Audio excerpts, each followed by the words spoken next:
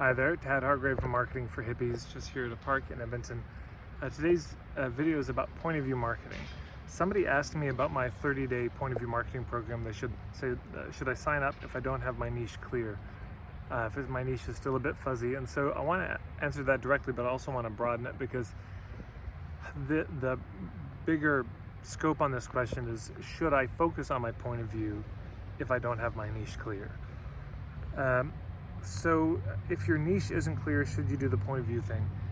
You'll probably get more out of it if you have a clear niche, but I would join in anyways. And if it doesn't work, I'll refund the money. No hard feelings. But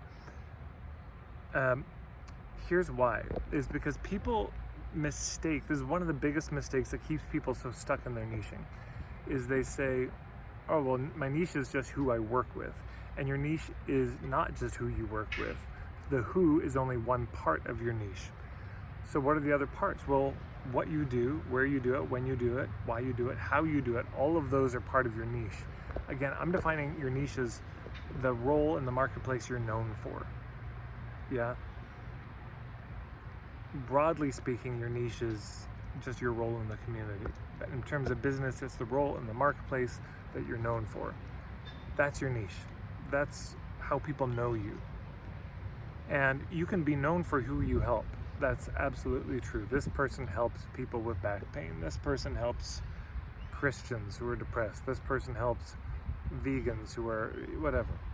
You can be known for that, but you can also be known for what you do. Oh, this person does nonviolent communication. This person does the work of Byron Katie. This person does Wim Hof breath work. That's what. That's not who, but you can be known for that. You can be known for where you do it. This person does yoga, but they do it on the beach. Well, there's so many yoga teachers, so they're not really primarily known for the yoga. They're also known for the location. That's a major piece of it. When you do it, what if you did yoga at 3 a.m. for shift workers? Well, that's something you could be known for. You'd be known for why you do it. Well, yes, I do yoga, but it's all about feminism and women's empowerment. So the why becomes a big factor in it. And so you see, I've combined the what and the why there, yoga plus the feminism, but there's no who in it. There's sort of an implied who, and this is what I'm getting to, because you can also be known for the how you do it. And the how is certainly the kind of approach and the style, but it's also your point of view, your approach to it. You can be known for that. And you can find hubs from your point of view, from your philosophy. That can be a source of hubs. For example, Russell Scott, somebody, a dear colleague of mine who's in Guelph, Ontario, does a lot of this, it's a kind of spiritual inquiry work where you sit with a partner and you ask them questions, you go back and forth, or you ask them questions back and forth, like just who are you, who are you, who are you, or what are you clear about, what's not clear, what are you clear about, what's not clear, and you go back and forth until there's nothing else, and it seems to be very powerful for people, and certainly that's been my experience when I've done it. So his sort of motto, his message is, you have to do the work yourself, but you don't have to do it alone. But there's lots of other work that would resonate with that philosophy, like nonviolent communication, like co-counseling, as too. And so those could be sources of hubs for him. Hey, we both have this idea of doing the dyad work, and I have a different type of dyad work, and maybe your people would be interested in this. So you can be known for your point of view. Let's say you have a unique take on muscle building, and working out. Well, there's lots of people who are fitness trainers, but you have some unique angle on diet, on approach. Your approach is we do one workout every 6 weeks, and it's extremely intense, and then we rest for 6 weeks and work on flexibility. Well, that's a new angle. And so you might be able to get on podcasts from that angle. You might be known for that thing. You could imagine, hey, have you heard about that fitness trainer who only does workouts once every 6 weeks? What? That sounds crazy. How could that work? That could be what you're known for. So sometimes people come to me saying, well, I don't have a niche, so should I focus on point of view? But sometimes what happens is their point of view is actually so clear. They haven't quite found the hook to hang it on. They haven't figured out who it's for yet, but they can lead with that. You can actually start to lead with your point of view And that's one of the ways you can find groups of people to work with. You can say, I have this point of view, and it's sort of broadly about life, but who do you think this would be for? Who would be interested in this? And then you start to find leads, and so that your point of view can lead you to the how you do it, can lead you to who you do it for. You know, the bigger why you do it can lead you to the who. It seems so obvious, but just to spell it out, if you do yoga from a feminist standpoint, obviously you're going to be drawn to work with feminists. Of course. And then from there you think, well, what are the hubs for feminists? But if people have that as a point of view in the background, you know, that they haven't really brought it forward, they haven't really articulated it, it's just, well, yeah, of course I'm feminist, everyone knows I'm feminist, but they haven't honed it. The lack of honing it and articulating it and putting it out there may be the thing that's keeping them from attracting those people, or even realizing, of course it's those people. I get it, what I just said sounds insanely obvious, but you'd be amazed how many people I talk to that that's the kind of stuff we come to, where it's, oh my God, how did I not think about that? I've heard some version of that more often than I can count or remember.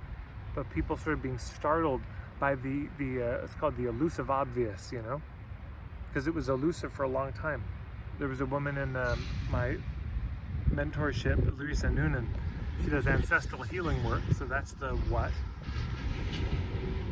And there's lots of more and more of these people doing this.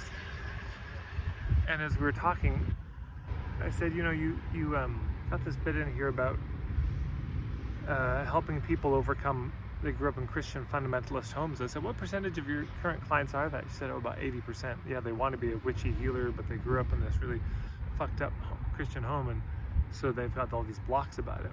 I said, how would you feel if 80% of your clients were that? She said, it'd be amazing.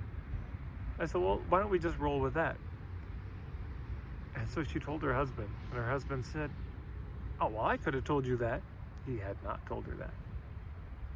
Did he know that she'd been struggling with her niche for a decade? Yes. Did he say anything? No.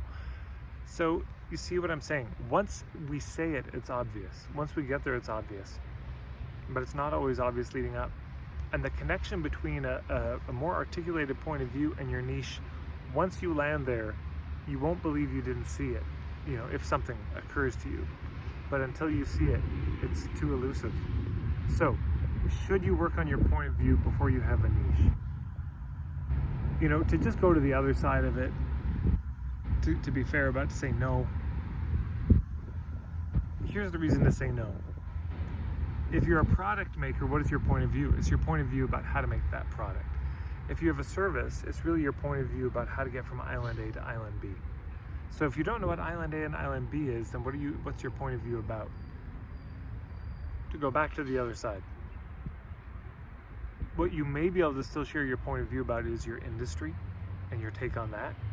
And you might be being too hard on yourself. You might not have one of these really pithy, I help these kind of people with this kind of problem get this kind of result, but you might have a broad journey you take people on, from like physically unhealthy to healthy, from traumatized to healed, from, you know, single to being in a relationship, from being broke to having money. You might have the broad strokes. That may be good enough. So you can start with that and say, okay, what am I clear about island A? What am I clear about island B? And it may seem unimpressive to you, but that may be enough to then get the point of view. And once you get the point of view, you might actually be surprised how that can cycle back into the journey. When you look at that and you say, okay, so given that this is my point of view, what kind of people would really resonate with this, would love this point of view, would want to work with me? And then you can cycle that back in. So anyways, given that my 30-day program is coming up, this seemed like a timely video to make. If you have any questions about this, if I wasn't clear, please put them below. Maybe I'll do another video about it right away. But I'd love to hear your questions about point of view and, you know, when is the right time to do it, etc. I think that's all. Thank you so much for tuning in, everybody. If you like these videos, please do share them with your friends and colleagues. You can follow me here, subscribe. You can follow me on Instagram at Marketing for Hippies, and of course I'm always at marketingforhippies.com. Take care, everyone.